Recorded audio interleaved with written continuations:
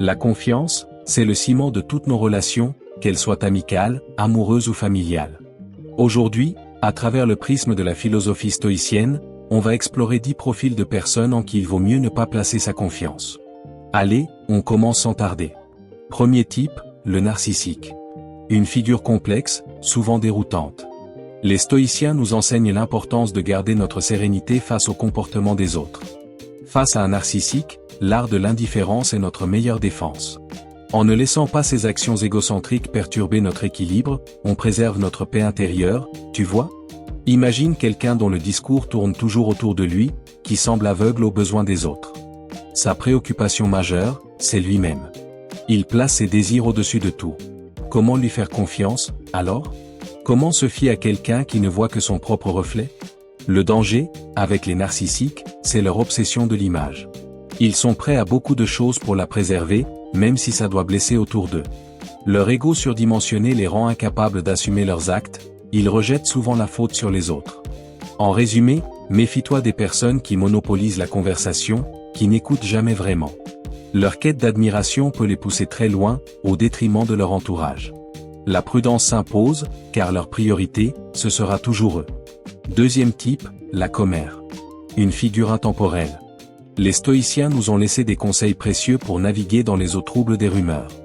Ils nous rappellent de ne pas laisser les opinions des autres définir qui nous sommes. Imagine une personne qui se délecte des secrets, qui se nourrit des histoires des autres. C'est la commère. Si tu l'entends parler des autres, sois sûr qu'elle parlera aussi de toi dès que tu auras le dos tourné. Partager des informations confidentielles, pour elle, c'est un vrai plaisir, presque un jeu. Ce serait naïf de croire que parce qu'elle est proche, elle gardera tes secrets. Sa nature, c'est de répandre, de divulguer. Après, si tu veux qu'une information se sache, elle peut être ton allié. Confie-lui, et elle fera le reste. Mais rappelle-toi, la confiance est précieuse. Choisis bien à qui tu confies tes secrets. Troisième type, la personne qui sait comment t'irriter, subtilement. Le stoïcisme nous encourage à l'autoréflexion. Face à ces individus, au lieu de réagir à chaud, prends un moment pour réfléchir à comment tes propres perceptions jouent. Quand on est stressé, c'est normal de s'énerver plus vite. Mais si, même dans un moment calme, une personne arrive toujours à t'agacer, c'est qu'elle utilise probablement des techniques pour jouer avec tes émotions. Ces individus savent insinuer le doute, te déstabiliser avec des remarques en apparence anodines. Certains y prennent un plaisir malsain. Ils lancent des piques discrètes qui te perturbent. Sois vigilant. Si quelqu'un réussit constamment à t'irriter, il est probable qu'il te manipule. Reconnaître ces signes, c'est déjà se protéger. Quatrième type, la personne indécise. Le stoïcisme nous rappelle de nous concentrer sur ce qu'on peut maîtriser, nos propres choix. Les indécis posent un vrai défi pour la confiance. Comment faire confiance à quelqu'un qui semble perpétuellement en équilibre sur le fil du doute ? L'indécision chronique reflète souvent un manque de confiance en soi. Si une personne ne sait pas quelle direction prendre pour elle-même, comment pourrait-elle être un pilier pour les autres ? Leur imprévisibilité est aussi un facteur de méfiance. Sans personnalité bien définie, leurs décisions peuvent sembler aléatoires, voire capricieuses. Comparer une personne indécise à un enfant tenant un couteau, c'est une image forte, mais elle illustre le danger, on ne sait jamais à quoi s'attendre. Aborde ses relations avec prudence. Cinquième type, la personne à double visage. Le stoïcisme nous invite à la prudence. Plutôt que de se laisser submerger par leurs actions, concentrons-nous sur notre propre intégrité. Tu l'as sûrement déjà croisé, cette personne qui te sourit chaleureusement en face, mais qui, dès que tu tournes le dos, répand des rumeurs sur toi. Ce comportement n'est pas exclusif à toi, ils agissent ainsi avec beaucoup de monde. Donc, si tu l'entends médire de quelqu'un, attends-toi à ce qu'elle fasse de même pour toi. Leur duplicité est déroutante, un instant allié, l'instant suivant traître. Ma recommandation ? Dès que tu identifies ce double jeu, prends tes distances.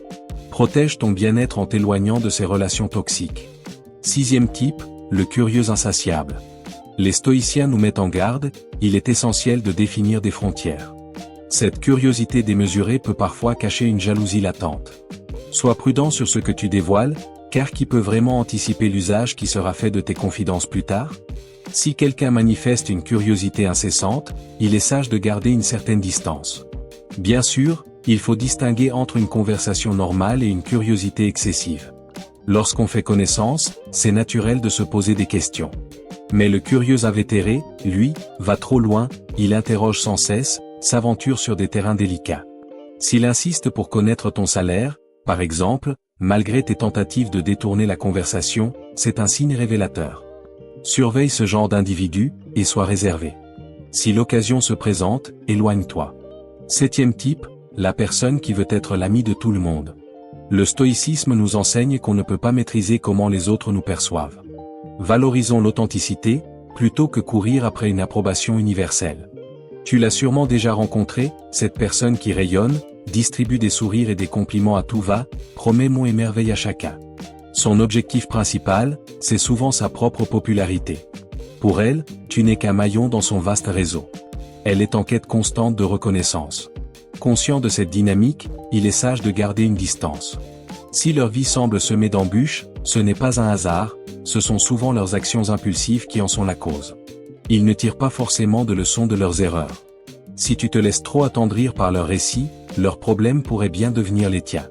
En fin de compte, leur plus grand défi, c'est souvent eux-mêmes. Et tu n'as pas forcément envie de porter ce fardeau. 8e type, la personne constamment critique. Les stoïciens nous encouragent à privilégier l'auto-évaluation, plutôt que de se perdre dans la critique des autres. Le vrai travail, c'est d'améliorer son propre caractère. Quand un individu se complaît à critiquer, souvent via des commérages, ça trahit souvent un caractère malveillant. Réfléchis, si tu as des responsabilités, des préoccupations, as-tu vraiment le temps de te consacrer au ragot ? Ceux qui se focalisent sur les défauts des autres semblent souvent manquer de direction dans leur propre vie. Ils sont peut-être insatisfaits, et comblent ce vide en scrutant la vie des autres. Face à eux, la prudence s'impose. Si quelqu'un est prompt à dénigrer les autres, il pourrait bien un jour te traiter de la même manière. Sois vigilant avec ceux qui se délectent des faiblesses d'autrui. Si t'es encore là, félicitations. Dis-moi en commentaire si tu as déjà fait confiance à quelqu'un qui correspond à l'un de ces profils, et comment tu t'en es rendu compte. Mais ne pars pas tout de suite, l'exploration continue. J'ai encore 2 profils à te présenter. 9e type, la personne constamment en proie à des problèmes. Les stoïciens nous rappellent de prendre en main nos choix et nos émotions, plutôt que de tout mettre sur le compte de la malchance. Ces individus semblent perpétuellement entourés de tourmentes. Ils se dépeignent comme des victimes, se lamentent sur leur sort. Face à eux, la prudence est de mise. Si quelqu'un semble avoir des problèmes en permanence, ce n'est généralement pas un hasard. Ce n'est pas le destin qui s'acharne, c'est souvent le résultat de leurs propres actions. Des choix impulsifs, un refus de tirer des leçons, des émotions qui pilotent tout. Si tu te laisses trop attendrir par leurs récits, leurs problèmes pourraient bien déteindre sur toi. En fin de compte, leur plus grand défi, c'est souvent eux-mêmes. Et il est probable que tu ne souhaites pas t'encombrer de ce fardeau. 10e et dernier type, la personne qui fait semblant d'écouter. Le stoïcisme nous enseigne l'importance de l'affirmation de soi et de rechercher des échanges authentiques. Qui n'a jamais été face à quelqu'un qui hoche la tête, répond un vague oui, je vois, sans vraiment être présent? C'est frustrant, et ça donne le sentiment d'être négligé. C'est encore pire quand ces personnes monopolisent la parole avec leurs histoires, mais dès que tu veux partager la tienne, leur attention s'envole. Techniquement, elles t'entendent, mais leur esprit est ailleurs. Une vraie conversation demande une écoute attentive des 2 côtés. Si tu es avec une telle personne, n'hésite pas à reprendre la main. Pas besoin de poursuivre un monologue. Si tu sens un manque d'intérêt, il est tout à fait approprié de conclure l'échange. Ton temps est précieux, partage-le avec des personnes qui apprécient vraiment ce que tu as à dire. En conclusion, comprendre ces profils qui peuvent éroder notre confiance est essentiel pour construire des relations plus authentiques. En puisant dans la sagesse stoïcienne, on apprend à préserver notre sérénité, à cultiver la vertu, à valoriser l'authenticité et à gérer avec maîtrise les situations délicates. Voilà pour aujourd'hui. On arrive au terme de cette vidéo, et je souhaite de tout cœur que ces réflexions te soient bénéfiques. À bientôt.